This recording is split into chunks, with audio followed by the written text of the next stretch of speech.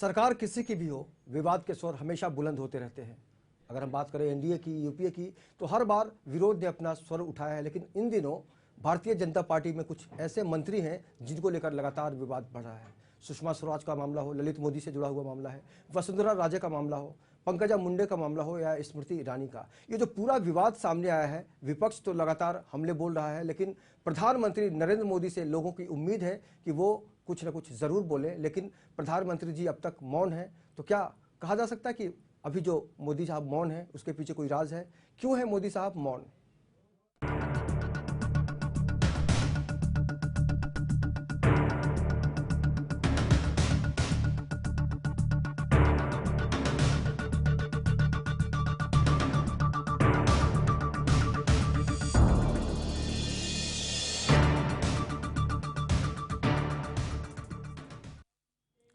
नमस्कार, मैं हूं अमरिंदर आशुतोष। आपका बहुत बहुत स्वागत है हमारे विशेष शो में मोदी का मौन। प्रधानमंत्री की चुप्पी को लेकर आज पूरे देश में बवाल मचा हुआ है, खासकर विपक्ष में। और जाहिर सी बात है, कांग्रेस हर मोड़ पे बीजेपी को घेरने की कोशिश कर रही है और मोदी साहब चुप हैं। तो सबसे पहले जो प्रमुख विरोधी हैं वो हैं जयराम रमेश। कांग्रेस की तरफ से उन्होंने बहुत ही गंभीर आरोप लगाए हैं। हालांकि भारतीय जनता पार्टी ने इसको खारिज करने का काम किया है। लेकिन सुनते हैं जयराम रमेश को कि उन्होंने किस तरह के आरोप लगाए हैं। कांग्रेस की सरकार नहीं थी राजस्थान में। 1977 की जमाबंदी क्या कहता है? धौलपुर महल सरकारी संपत्ति है, निजी जायदाद नहीं। अच्छा, अब आइए 1980। हालांकि हमें एक नहीं कहना चाहिए,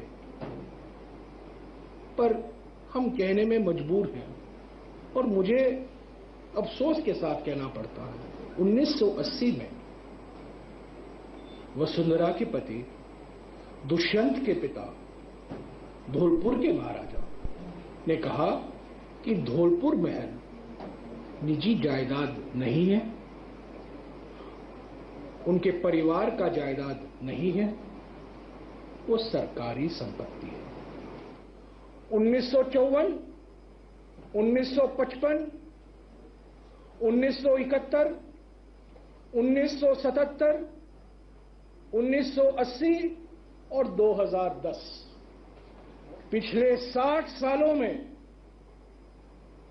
6 बार, एक बार नहीं, 2 बार नहीं, 6 बार लिखित सुपुत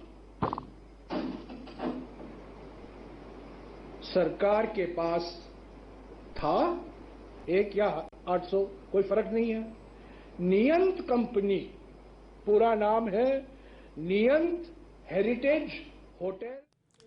तो आपने देखा कि कांग्रेस किस तरह से आरोप लगाने का काम कर रही है। लेकिन ऐसे में राजस्थान सरकार ने भी अपना पक्ष रखा है। राजस्थान सरकार ये कह रही है कि लगातार जो हमले हो रहे हैं उससे वसुंधरा राजे के ऊपर उनकी जो छवि है उस पर हमला करने की कोशिश है। राजस्थान सरकार ने क्या कहा है, आइए सुनते हैं। उसके साथ है का कब्जा उनके द्वारा ले लिया गया था तथा उपरोक्त निर्देशों के अनुसार ही इसके एवज में Agra Gwalior road per mile 36 पर स्थित सिटी पैलेस धौलपुर का कब्जा धौलपुर के महाराजा राणा के प्रतिनिधि को दिया गया। इस इन्वेंट्री की सूची के क्रमांक 1 पर वर्णित केसरबाग के बदले उपरोक्तानुसार धौलपुर सिटी पैलेस का हैंडिंग ओवर, टेकिंग ओवर संपादित किया गया, जो मैं आप लोगों के सामने रख देता हूं। ये तो जीआईडी का ऑर्डर है जिसमें उन्होंने को इसको संभाला। भारत सरकार का ये भारत सरकार का हैंडिंग टेक ओवर जो था केसरबाग का धौलपुर सिटी पैलेस में, ये इसमें इंदराज है जिसके मैं नंबर आपको बताया। ये आप इसमें और अच्छी तरह देख लीजिए। हैंड ओवर टेक ओवर दोनों साइन है, सरकार के भी साइन, भारत सरकार के भी साइन है और राजा हेमंत सिंह जी के भी साइन है। गवर्नमेंट ऑफ इंडिया का डॉक्यूमेंट्स है, आपका पब्लिश हो चुका है, सबको मालूम है। उसके बावजूद भी कांग्रेस के लोग किस प्रकार से दुराप्रचार कर रहे हैं, ये मैं आप लोगों के सामने रखना चाहता हूं। इसके पश्चात fast track court number 2 Bharatpur Rajasthan में दर्ज सिविल सूट नंबर 18/2005 राजा श्री दुष्यंत सिंह बनाम राजा हेमंत सिंह। तो राजस्थान की भारतीय जनता पार्टी का अपना पक्ष आपने सुना। सवाल है कि क्या इस देश में विवाद नहीं बंद होंगे? क्या आरोप लगाना जो फैशन बन गया है उस पर कब सरकार सुधरेगी? और हर पार्टी चाहती है कि उसकी छवि बनी रहे, लेकिन अगर हम महिलाओं की संदर्भ में बात करते हैं तो मोदी सरकार काफ़ी घिरी हुई नजर आ रही है और ऐसे में ये मामला काफ़ी गंभीर है। इस खास चर्चे में हमारे साथ हमारे खास मेहमान भी जुड़ेंगे, उनका परिचय करा देता हूँ आपसे। गीता कपूर समाज सेविका हैं और आरपीआई की महिला आघाड़ी की महाराष्ट्र सचिव हैं। गीता जी, आपका बहुत बहुत स्वागत है। और आम आदमी की जो भावनाएं होती है उसको भी समझने की देश ने कोशिश की है। हमारे साथ हैं आप कार्यकर्ता श्रवण दुबे। श्रवण जी, आपका बहुत बहुत स्वागत है। और न्यूज रूम से हमारे संवाददाता जुड़े हैं राजकुमार सिंह। राजकुमार, आपका भी बहुत बहुत स्वागत है। गीता जी, सबसे पहले आपसे जानना चाहेंगे कि आप भी एक राजनीतिक दल से जुड़ी हुई हैं, समाज सेवा करती रहती हैं। अगर हम मोदी सरकार की मुश्किलों के बारे में आपसे जानना चाहें तो बहुत सारे गंभीर आरोप लग रहे हैं, मोदी साहब चुप हैं, आप इस चुप्पी को कैसे देखती हैं? मैं तो ये सोचती हूँ कि 1 साल नहीं हुआ तो इतने आरोप इनके ऊपर आ रहे हैं। जो इनकी महिलाएं हैं, स्मृति ईरानी जी है, पंकजा है, सुषमा जी है और भी लोग हैं, वसुंधरा राजे जी भी हैं जो मुख्यमंत्री हैं जी। इतने आरोप इनके ऊपर लगे हैं और इतना अगर गरीबों को इंसाफ क्या मिलेगा कि इनके ही लोग अगर ऐसे करेंगे तो इन्होंने अच्छे लोग चुन के दिए नहीं है मोदी जी ने, और मोदी जी अभी कुछ बोल नहीं पा रहे क्योंकि मोदी जी को ही अभी ये क्वेश्चन पड़ रहा है कि मैं क्या करूं, यानी मैं नहीं चुन के दिए हुए लोग, इन्होंने जो ऐसा किया है तो उनको अभी प्रश्न पड़ा है। जो मनमोहन सिंह पहले कांग्रेस में चुप रहा करते थे, ये टाइम अभी मोदी जी पर आ रहा है यहाँ पर। तो मैं ये सोचती हूँ कि मोदी जी जल्द से जल्द इसके ऊपर कोई कार्रवाई करे और जल्द से जल्द निर्णय ले तो जनता के लिए और उनके लिए भी अच्छा रहेगा। जो आगे के फ्यूचर के लिए हमारे लिए जो आगे 4 साल हमारे इलेक्शन के बचे उसके लिए हमारे लिए अच्छा रहेगा। तो जल्द से जल्द निर्णय ले कि आम जनता को भी परेशानी ना हो और उनके भी परेशानी ना हो, ये मैं बोलूंगी। बिल्कुल। और प्रधानमंत्री जब चुप होते हैं तो पूरा देश महसूस करता है। श्रवण जी, आप इस चुप्पी को किस नजरिए से देखते हैं? क्या लगता है कि वाकई मजबूर है या फिर कुछ सोच समझ के वो चुप है? आप अपने नजरिए से बताइए। जी, मैं कहना चाहता हूँ कि मजबूरी तो यहाँ पे कहीं दिखाई नहीं देती है। ये प्रधानमंत्री जी को ये समझना पड़ेगा कि पहली बात तो ये कि ये गुजरात नहीं है, वो प्रधानमंत्री है, भारत देश के हैं जी। वो ये ना समझे कि वो फिर भी वो गुजरात में ही राज कर रहे हैं। दूसरी बात यह है कि प्रधानमंत्री का भाषण बहुत ही अच्छा था। जब पहली मरतबा उन्होंने जब लाल किले से भाषण दिया था, बहुत ही अच्छे बातें कही थी लोगों को। अच्छे दिन आएंगे, मेरा क्या, मेरा कितना, भ्रष्टाचार मुक्त एक हम सरकार देंगे। लेकिन जिस तरह से उनके जो मंत्रीगण हैं, महिलाएं हैं, जिस तरह से भ्रष्टाचार दिखाई दे रहा है, चाहे वो पंकजा मुंडे की बात हो जाए या वसुंधरा राजे जी की बात हो जाए, सुषमा स्वराज जी की बात हो जाए, लेकिन मोदी जी को इस समय कुछ कहना चाहिए। हाल ही में मन की बात एक आई थी, मन की बात में भी उन्होंने इसका कुछ जिक्र नहीं किया। तो इससे हमें लगता है कि जिस तरह से उन्होंने प्रधानमंत्री, जो पूर्व प्रधानमंत्री थे मनमोहन सिंह, उनको मौनी बाबा कहा जाता था, तो आज हम सोचते हैं कि शायद प्रधानमंत्री जी मनमोहन सिंह, अगर ये प्रधानमंत्री जी अपनी बातें अगर नहीं छोड़ेंगे तो शायद फिर यही कांग्रेस का जो हर्ष हुआ है, यही हर्ष उनका भी होगा। तो काफी अलग अलग सोच आ रही है। राजकुमार, देश में लोकतंत्र है और विरोधी तो विरोध करेंगे ही। लगातार अगर हम स्मृति ईरानी की बात करें, उनके घर के बाहर मोर्चा निकला है, सुषमा स्वराज का इस्तीफा मांगा जा रहा है, विपक्ष ने कहा कि संसद नहीं चलने देंगे। ऐसे में क्या आपको लगता है कि प्रधानमंत्री को अपना पक्ष रखना चाहिए?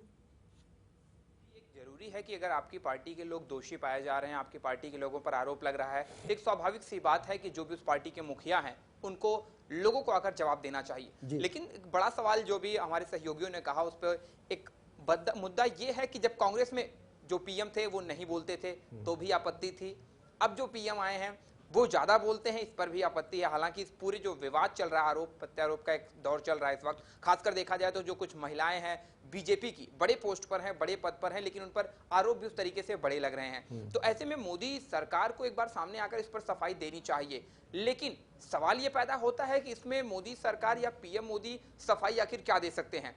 आरोप लगे हैं, जांच इसकी होगी, रिपोर्ट जो आएगी वो कोर्ट द्वारा या जांच कमेटी द्वारा आएगी। ऐसे में पीएम मोदी का बोलना शायद कोई मायने नहीं रखता। ये वो वाली बात होती है कि जब आरोप लगता है तो फिर जितनी विपक्षी पार्टियां होती हैं, हर कोई अपनी अपनी भड़ास निकालते रहता है। ऐसे में अभी जो हाल ही में मामला चल रहा है, दिल्ली से स्मृति ईरानी, वसुंधरा राजे जो राजस्थान की मुख्यमंत्री हैं, और महाराष्ट्र जहां पर खुद पीएम मोदी या कहें बीजेपी की सरकार है, 3 बड़ी जो महिलाएं हैं और विदेश मंत्री सुषमा स्वराज, चारों पर आरोप लगे हैं, चारों बड़ी महिलाएं हैं, बड़े पद पर हैं। ऐसे में जो कांग्रेस द्वारा राजस्थान की मुख्यमंत्री के ऊपर लेकर आज खुलासा किया गया है, एक धौलपुर जो महल है, बहुत बड़ा महल है, उसको सरकारी संपत्ति बताई जा रही है। वो 1952 से वो सरकारी संपत्ति थी, लेकिन अचानक आके 2010 के बाद वो एक प्राइवेट महल बन जाता है, जिसमें नियंत्र जो हेरिटेज कंपनी है, जिसमें कि वसुंधरा राजे और ललित मोदी दोनों लोग की मिलीजुली ये कंपनी, और इसने ये एक ऐसी कंपनी जो होटल तैयार करती है। पार्टनरशिप की भी बात सामने आ रही है। पार्टनरशिप, ये कंपनी में दोनों लोग पार्टनरशिप हैं। ये कंपनी क्या करती है? होटल्स तैयार करती है। लेकिन जो कांग्रेस ने आरोप लगाया है, उनका एक कहना है, जयराम रमेश ने खासकर जो बताया है कि ये कंपनी जो सरकारी पुराने महल हैं, क्योंकि राजस्थान में आज भी बहुत बड़े बड़े महल हैं, ऐसे में जो पुराने महल हैं उसी में निवेश करके उसी को ये लोग होटल करार दे रहे हैं। तो ऐसे में एक बड़ा इनका फायदा हो जाता है कि जो पुराने महल होते हैं उनकी एक अच्छी वैल्यू होती है। अगर आप पुराने तमाम ऐसे होटल्स हैं जो पुराने हिसाब से बनाए गए हैं, जिसमें अगर आप दिल्ली का ताज होटल देखेंगे तो वो भी पुराने तौर पर बनाया गया, वहां पे फर्नीचर, वहां के दीवारें, वहां के छत, सब कुछ एक पुराने जमाने से जो राजघराने के कहे जाते थे उस तरीके से है। धरोहर जो, हाँ, जो पुरानी धरोहरें होती थी राजपुरोहितों की, जो बड़े बड़े राजाओं की, उसको इन्होंने होटल में कन्वर्ट कर दिया है। तो ये बड़ा आरोप वसुंधरा राजे पर लगा है। वसुंधरा और इनकी ललित मोदी की जो नियंत्र कंपनी है, इन्होंने इस होटल को अपना बनाया है। हालांकि इसमें एक चीज और है कि अब वसुंधरा राजे घिरती नजर आ रही हैं, क्योंकि उनके पति जो कि पेशे से वकील हैं, उन्होंने भी ये बात मानी है कि जो ये होटल है, जो धौलपुर महल है, वो सरकारी संपत्ति है। उन्होंने कोर्ट में एक बार ऐसा बयान भी दिया है। इसके बाद ये लोग जो भी करते हैं, लेकिन सवाल ये पैदा होता है आशुतोष जी कि 2013 में जब इस महल को, जो धौलपुर महल है, जब इसे होटल बनाया गया, उस वक्त वहां पर कांग्रेस की सरकार थी, तो ये आवाज उस वक्त क्यों नहीं उठाई गई? बड़ा सवाल है। आखिर जब वसुंधरा राजे अपने आप में घिरती नजर आ रही है, ऐसे में एक के बाद एक खुलासे क्यों किए जा रहे हैं? अगर वहां पर एक महल को, एक सीधी सी बात है, अगर किसी भी गैर लीगल काम को अंजाम दिया जाता है तो ऐसे में जो भी वहां के प्रशासनिक अधिकारी, नेता होते हैं, उनकी मिलीभगत होनी तय रहती है, क्योंकि बिना, एक कहावत है कि अकेला चना भाड़ नहीं फोड़ सकता। तो अगर इतने बड़े होटल को, इतने बड़े हेरिटेज को आप होटल में कन्वर्ट कर रहे हैं, एक पूरे महल को, तो जरूरी वहां के जो भी विभागीय लोग रहे होंगे वो भी उसमें सम्मिलित रहे होंगे। तो ऐसे में 2013 में कांग्रेस ने ये मुद्दा क्यों नहीं उठाया, और अब आकर इस मुद्दे पर ये लोग बात कर रहे हैं। और जयराम रमेश ने जो आजकल पूरी कार्रवाई की, जो पूरी बात करने की सामने आई है। जी बिल्कुल। गीता जी, अगर हम राजनीति की बात करते हैं तो पारदर्शिता की भी बात करते हैं हर पार्टी। आपको लगता है कि वाकई जब कांग्रेस की सरकार थी तब एक्शन नहीं लिया गया, अब सरकार वसुंधरा राजे की और कांग्रेस विपक्ष में है, तो इसको किस तरह से हम देखें कि क्या पॉलिटिक्स में बदला लेने की प्रवृत्ति बढ़ती जा रही है? वही ना, देखो, जो कांग्रेस के राज में भी ये जो वसुंधरा का ये था, तो अभी इन्होंने बराबर बोला कि 2013 में भी था, तो उस वक्त इन्होंने एक्शन क्यों नहीं ली? और अभी जो भाजपा मोदी जी आए हैं उसके बाद इन्होंने एक्शन ली, तो ये रॉन्ग है। उसके पहले ही लेना मांगता था, तो इसमें कांग्रेस का भी पहला हाथ था। तो अभी मोदी जी आए तो मोदी जी के ऊपर ये लोग धक्का मारे, तो ये गलत बात है। जो पहले था कांग्रेस के राज से, अभी कांग्रेस लोग पॉइंट ढूंढ रहे, कोई एक पॉइंट मिल रहा है उसको इश्यू बना के बड़ा कर रहे हैं, ये है। और जो अभी रही यहाँ पर जो पंकजा मुंडे है, स्मृति ईरानी है, सुषमा, ये सब इनके बारे में भी है, ये गलत है। तो मैं यही बोलती हूँ कि जल्द से जल्द मोदी जी अगर देश का भला चाहते हैं तो जल्द से जल्द इनके ऊपर निर्णय ले और उनको पूरा जांच करे, और जल्द से जल्द इसके ऊपर कार्रवाई करके अगर हो सके तो इनको निकाल दिया जाए यहाँ पर से, और अच्छे लोग चुना जाए। यही मैं बोलूंगी कि बाकी लोगों के ऊपर चांस ना मिले उनको बात करने के लिए, और पब्लिक भी उंगली ना उठाए उनके ऊपर, यही मैं रिक्वेस्ट उनको करूंगी। पब्लिक बड़ी ही सोच समझ के किसी सरकार को मौका देती है, किसी पार्टी को बहुमत देती है। श्रवण जी, आपसे जानना चाहेंगे कि जो विश्वासघात होता है जनता के साथ, उससे जनता तो सबक लेती ही है कि भाई अगली बार हम सोचेंगे, लेकिन सरकार बार बार ये क्यों भूल जाती है कि जनता के बीच फिर से जाना होगा? जी, ये बहुत बड़ा दुर्भाग्य है कि जनता हमेशा ठगी जाती है। हर 5 साल आएगा जनता ठगी जा रही है, चाहे वो कांग्रेस हो या भाजपा हो। ये जनता को फैसला करना होगा कि हमें एक अच्छा आदमी संसद में भेजना है, एक अच्छा विधायक भेजना है, एक अच्छा सांसद भेजना है जो जनता के दुखों को समझे, और भ्रष्टाचार खत्म करना है तो ये जनता को ही सोचना होगा। अगर भ्रष्टाचार की बात करें राजकुमार, तो आज लग रहा है कि भ्रष्टाचार से हर पार्टी कहीं ना कहीं से लिप्त नजर आ रही है, और आरोप लगाने वालों की भी इस देश में कोई कमी नहीं है। लेकिन हमने जिस उम्मीद से जनता ने सरकार को चुना, मौका दिया, बड़े बड़े आश्वासन हमने सुने, उसके बावजूद हमारे लिए सरकार गंभीर तब होगी ना जब इस तरह के आरोप नहीं लगेंगे, सरकार को काम करने दिया जाएगा। तो इसको क्या कह सकते हैं कि हर पार्टी के साथ कहीं ना कहीं से विवाद जुड़ा होता है, इसमें पारदर्शिता की बात कैसे कर सकते हैं? नहीं जी, बिल्कुल ये बहुत बड़ी विडंबना है हमारे साथ में। और कोई भी पार्टी हो, कांग्रेस हो, बीजेपी हो या जो भी पार्टी है, कोई भी पार्टी अपने आप को पाक साफ नहीं बता सकती है। जिस तरह के आरोप प्रत्यारोप कांग्रेस उनके ऊपर लगा रही है, पहले कांग्रेस के ऊपर लगे थे, जो बीजेपी बता रही थी, आज बीजेपी को भी देखा जा रहा है कि वही कर रही है जी। बीजेपी भी कहीं ना कहीं उसी राह पर चल रही है जब कांग्रेस चलती थी। तो मोदी जी के जो बताए गए वादे थे कि हम ये करेंगे, अच्छे दिन लाएंगे, वो दिन कहाँ रहे? मैं तो खाली यही मानता हूँ कि जनता ठगी गई है, और अगर बीजेपी ने भी यही किया तो शायद जो कांग्रेस का हर्ष हुआ था वही बीजेपी का होगा। लेकिन प्रधानमंत्री हर छोटी छोटी बात पर अगर अपना रिएक्शन देने लगे तो जाहिर सी बात है पूरा जो सिस्टम है वो बदल जाएगा। आपको नहीं लगता कि प्रधानमंत्री के पास गीता जी बहुत सारे काम होते हैं, उसमें उनको ध्यान देना चाहिए, ना कि इन विवादों के पीछे पड़ना चाहिए या पढ़ना चाहिए? आप कैसे सोचती हैं? नहीं, विवादों के पीछे पड़ने की बात नहीं, उन्होंने सोचना चाहिए। आज इतना उन्होंने प्रॉमिस किया था, आज इतना इनको चुन के दिया है लोगों ने, तो पहले तो लोगों के बारे में सोचना चाहिए कि आज ये विवाद हो रहा है, ये सब गफले हो रहे हैं, ये सब एक एक औरत के नाम पर इतनी संपत्ति कहाँ से आ गई? ये गरीब यहाँ मर रहे, गरीबों के लिए आज तुमको चुन के क्यों दिया है? आज गरीबों के इंसाफ नहीं मिल रहा है, ये भी तो मोदी जी सोचना चाहिए ना। जब देखो तो कुछ ना कुछ, जब से भाजपा आया है कुछ ना कुछ मसला निकलते ही जाता है। कोई ऐसा दिन नहीं गया 8 दिन में एक कोई प्रॉब्लम नहीं हो गई है, कुछ ना कुछ इश्यू होते ही जा रहे हैं। तो उनको पहले जनता पर ध्यान देना चाहिए कि जनता की वजह से आज उनको बनाया गया है नेता हम लोग ने, तो जनता पर ना ध्यान दे, काम पर भी ध्यान देना चाहिए। लेकिन ये इशू छोटा इशू नहीं है, ये बड़ा इशू है, ये एक गरीबों की खून चूसने वाला इशू है। आज बड़े बड़े इन लोगों के पास पैसा महल सब बनाया जाए और गरीब जनता मर रही है यहाँ पर, उनका ख्याल नहीं तो क्या ऐसे नेता का हमको क्या फायदा है फिर? बिल्कुल। राजकुमार, गीता जी साहब कह रही हैं कि ऐसे नेताओं का क्या फायदा जिनको हम चुनते हैं, तो क्या हमारी भी गलती है?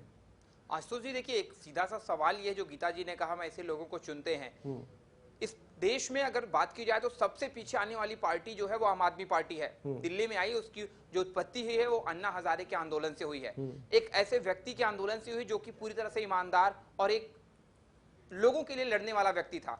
लेकिन आम आदमी पार्टी को आए हुए कितना दिन हुआ ये सबको पता है। सरकार में जितने जल्दी आए वो एक सराहनीय रहा, लेकिन उसके बाद आम आदमी पार्टी की क्या हालत है आप ये देख सकते हैं।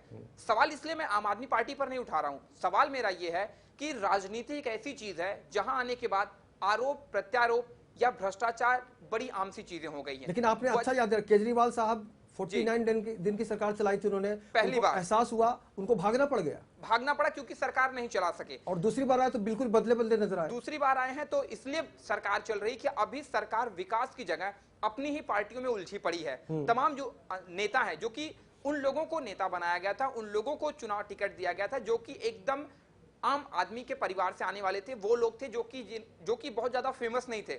ऐसा लगा कि एक आम आदमी है तो शायद ये लोगों की जो चीजें हैं, जो लोगों की समस्याएं उसको समझ सकते हैं और लोगों के लिए कुछ करेंगे, लेकिन ऐसा कुछ नजर नहीं आ रहा है। पार्टी के अंदर तमाम लोगों के ऊपर आरोप प्रत्यारोप लग रहे हैं, किसी की फर्जी डिग्री आ रही है तो किसी के ऊपर घरेलू मैटर जो निकल के आ रहा है, किसी के पत्नी से झगड़े।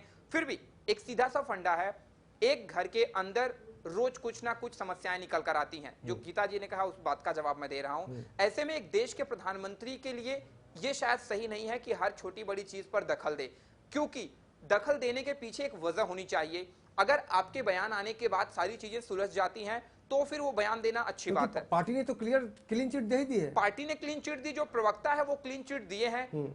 सूत्रों से ये भी खबरें हैं कि वसुंधरा राजे, जिन्होंने कुछ दिन पहले एक बयान दे दिया था कि अगर मेरा इस्तीफा लिया गया तो कई बड़े नेताओं के लिए मुसीबत खड़ी हो सकती है। ऐसे में अमित शाह ने पीएम मोदी से मुलाकात की और इस पूरे मैटर पर चुप रहने की सिफारिश की गई, कोशिश की गई। वजह है कि इस मामले में जितना आप बोलोगे उतना आप फंसते जाओगे, तो नतीजा यह है कि आप चुप रहिए, उसी में आपकी भलाई है। अन्यथा इस बात में अगर आप बोलती हैं, आग ज्यादा बढ़ती है तो आपको इस्तीफा देना पड़ेगा। बिल्कुल। अब इसमें लगा वसुंधरा राजे को भी भारतीय जनता पार्टी की तरफ से बता दिया गया है कि आप किसी भी आरोप का जवाब मत दीजिए, किसी भी आरोप का आप जवाब मत दीजिए। तो दूसरा एक बड़ा सवाल यह है कि आज के समय में भ्रष्टाचार के लिए हम जितना अधिकारियों, जितना नेताओं को जिम्मेदार मानते हैं, ये चीज बड़ा सीधा सा सवाल है कि आम जनता भी उसके लिए उतनी ही जिम्मेदार है। बिल्कुल। अगर जो भी व्यक्ति होता है, अगर आपको निकलना है, आपको कोई काम करना है, तो आप खुद से पहले पैसे की पेशकश करते हैं। ये एक सत्य है। किसी को भी अगर ड्राइविंग लाइसेंस बनवाना होता है तो वो पहले दलाल के पास जाता है, एजेंट के पास जाता है कि भाई आप 200 रुपए की जगह 1000 रुपए ले लो, आप भ्रष्टाचार के बना लिए के हम दो। सबके सब जिम्मेदार हैं। सबके सब श्रवण जिम्मेदार द्विवेदी, हैं। श्रवण अगर द्विवेदी हर- हमारे साथ, जी। आम आदमी पार्टी से इन्होंने जब अपने आप को जोड़ा था तो बहुत सारे सपने थे इनके, बहुत सारी उम्मीदें थी, लेकिन सारी उम्मीदें, मुझे नहीं लगता कि आप आम आदमी पार्टी से आज खुश हैं श्रवण जी। नहीं नहीं, बिल्कुल आम आदमी पार्टी से तो मैं बिल्कुल खुश नहीं हूँ, क्योंकि इसके पहले भी हम आपके स्टूडियो में आए थे, उसमें भी केजरीवाल जी के ऊपर बातें बहुत, उनके ऊपर चीटा कसी उड़ रही थी। तो जाहिर सी बात है कि जनता का मोह भंग हो गया आम आदमी पार्टी से। अभी समाधान साहब ने अभी बात बताई कि पहले 49 दिनों की सरकार बनाई थी और अभी सरकार किसी तरह चल रही है, केजरीवाल साहब अपना काम नहीं कर पा रहे हैं, उनके ऊपर काफ़ी सारे आरोप लगे हैं, उनके मंत्री महोदय जेल की सलाखों के पीछे हैं। तो क्या, लेकिन एक प्रधानमंत्री पे मानसिक रूप से असर तो पड़ता होगा, भले ही नहीं बोल रहे हो, लेकिन परेशानी तो होती होगी ना। नहीं जी, मैं कह रहा हूँ ना कि ये जो आरोप लगा है उनके वरिष्ठ मंत्रियों पर लगा है। उनके श्रवण जी, ठीक है, ये चर्चा हम जारी रखेंगे, लेकिन मुंबई जो देश की आर्थिक राजधानी कही जाती है, यहाँ के जनता, यहाँ के जो लोग हैं बहुत ही ज़्यादा समझदार हैं। पहले उनको सुनते हैं कि पूरे विवाद पर प्रधानमंत्री की जो चुप्पी है, मुंबई के लोग क्या सोचते हैं, पहले सुन लेते हैं। शुक्रवार होगा, उसको सरकार एक्शन लेगी। और मोदी सरकार जब से आई सब काम अच्छे हो रहे हैं, गटर पूरे साफ हो रहे हैं, हर काम अच्छे हो रहे हैं। देखिए, मोदी जी की सरकार, अभी उनके कई मंत्रियों पे, कई लोगों पे कुछ ना कुछ आरोप लगे हैं, तो उन्होंने किसी पे कोई समाधान या पब्लिक को बताने की कोशिश नहीं की कि आरोप क्यों लगे हैं, किस लिए लगे हैं। उनका समाधान या पब्लिक को नहीं बताना चाहे, वो सिर्फ उस चीज़ को ढके जा रहे हैं। नहीं, ईमानदारी से अगर कार्य करेंगे तो जरूर कर पाएंगे। अगर उनके अंदर कोई कपट भाव नहीं है या उनको किसी को बचाना नहीं है तो जरूर कार्य करेंगे। अगर उनको बचाना रहेगा तो कार्य नहीं करेंगे। करेंगे, ईमानदार है, ईमानदार ज़्यादातर है, वर्क करते हैं, काम करते हैं। जितना आप अगर देखेंगे पिछले 60 सालों से काम करती है बीजेपी सरकार, आप जाके देखिए एक एक जना काम करता है। As far as my thought, of course, it will take the action. They'll take the action in due course of time. See, I always believe in one thing. There is a saying in what you call it as Scotland Yard police. You can't hide the truth. Truth always comes out. And the same thing. If someone is wrong, that will come out. और सब अपने अपने system के हिसाब से काम करते हैं। तो बीजेपी का भी अपना सिस्टम है, अपने काम करेगा सिस्टम है, इसलिए वो अपने सिस्टम से काम कर रही है। तो उनका पॉजिटिव भी सिस्टम है जो, और नेगेटिव भी सिस्टम है। वो तो हर एक पॉलिटिशियन पार्टी ऐसे ही करती है कि जो उनके मेंबर रहेंगे उनके ऊपर वो सामने नहीं लाते हैं, वो अपने पॉलिटिशियन को सपोर्ट करने की कोशिश करते हैं। तो जनता अपना पक्ष रख रही है और जाहिर सी बात है, जनता का जो भी फैसला होता है उसको सरकार भी मानती है, विपक्ष भी मानता है। लेकिन श्रवण जी, आपसे यह जानना चाहेंगे कि आम आदमी के साथ अगर हम धोखे की बात करते हैं, या फिर आपने जिस तरह से कहा कि ठगी गई है सरकार, भी तो कई बार ठगी जाती है कि वो अच्छा काम करना चाहती है लेकिन विपक्ष का बहुत ज़्यादा प्रेशर हो जाता है। नहीं, बहुत सही कह रहे हैं आप, लेकिन इस बार जिस तरह का मैंडेट जनता ने सरकार को दिया है, आज सरकार का वो मैंडेट है और मोदी जी को चाहिए कि वो अच्छे से अच्छे काम करके दिखाएं। जो उन्होंने जनता से वादे किए थे, जो अधूरे वादे किए थे कि हम अच्छे दिन लेकर आएंगे, उस तरह का डेवलपमेंट लेकर आए, जो इंफ्रास्ट्रक्चर लेके आने वाले हैं, जो विदेशों से काला धन वो लेकर आने वाले थे, वो सारे जो वादे उन्होंने किए थे वो अपने वादे पूरे करें। क्योंकि अच्छा, यूपी में भी हमने देखा कि एक पत्रकार की हत्या कर दी गई, जला दिया गया उसको, लेकिन मंत्री साहब आज भी सरकार में शामिल हैं। तो ये तो देखिए सरकार के ऊपर डिपेंड करता है कि वो किस तरह से एक्शन ले। राजकुमार, जनता में किस तरह की भावना जाती है? देखिए, जिस तरीके से पूरा एक पार्टी का जो कार्यचीज होती है, जो कार्यशैली होती है तमाम लोगों को लेकर, एक चीज तो आशुतोष जी साफ करना चाहूंगा, फाइनल होता है एक साथ में एक परिवार के कुछ सदस्यों को खुश करना बड़ा मुश्किल होता है। तो ऐसे में पूरे देश या पूरे राज्य की जो जनता होती है उसको खुश करने में तमाम परेशानियां होती हैं। और ऐसे में आज के समय में जो जातिवादिता को बढ़ावा दिया जा रहा है, हालांकि इसके पीछे राजनीतिक पार्टियां ही जिम्मेदार हैं, वही एक ऐसी चीजें हैं जो कि लोगों के बीच में जातिवादिता पैदा करते हैं, क्योंकि उनका एक पुराना अंग्रेजों वाला सिस्टम है कि आप फूट डालो और राज करो। लेकिन कहीं ना कहीं इसका जो नुकसान होता है वो आगे चलकर पार्टियों को भुगतना पड़ता है। आम आदमी पार्टी के जो कार्यकर्ता उन्होंने बताया कि जो कांग्रेस का हालात था, घोटाले के बाद घोटाले होते गए, वजह चाहे जो रही हो, या तो पार्टी के समर्थन से, पार्टी के सम्मत से सारे घोटाले हुए हो, या फिर उस पार्टी के उस पीएम के नाक के नीचे से सारे घोटाले किए गए। लेकिन एंड ऑफ जो रिजल्ट आया वो ये आया कि कांग्रेस को एक बुरी हार झेलनी पड़ी, चाहे विधानसभा चुनाव में देख लिया जाए, चाहे लोकसभा चुनाव में। तो ऐसे में जो मिला के राजकुमार जी, सरकार पे उसका असर पड़ता है। सरकार जो भ्रष्टाचार करता है उसको कहीं ना कहीं फिर जाना पड़ता ही है। बिल्कुल जाना पड़ता है, और उम्मीद करेंगे कि जनता अपना फैसला आने वाले दिनों में सुनाएगी, क्योंकि प्रधानमंत्री का जो एक आदेश होगा देश के लिए या फिर अपने मंत्रियों के लिए, जो भी उनका पक्ष होगा उसके लिए हमको इंतजार करना पड़ेगा। इस चर्चा में शामिल होने के लिए राजकुमार सिंह जी आपका बहुत बहुत शुक्रिया, गीता कपूर जी आपका भी बहुत बहुत शुक्रिया, श्रवण दुबे जी आपका भी बहुत बहुत शुक्रिया। देश के प्रधानमंत्री हैं नरेंद्र मोदी जी, भली भांति वो जानते होंगे, सोचते होंगे कि वाकई कब मुंह खोलना है, कब बोलना है। विपक्ष का काम है आरोप लगाना, लेकिन सरकार का काम है देश को चलाना। और जाहिर सी बात है ये जो चुप्पी है उसके पीछे कई कारण हो सकते हैं, लेकिन हमें थोड़ा सा इंतजार करना होगा कि वाकई जो विपक्ष का जो आरोप लग रहा है उसके प्रति नरेंद्र मोदी जी क्या कहेंगे। इस चर्चा में आज इतना ही, लेकिन आप लगातार बने रहिए लेमन न्यूज़ के साथ और मुझे दीजिए इजाज़त। नमस्कार।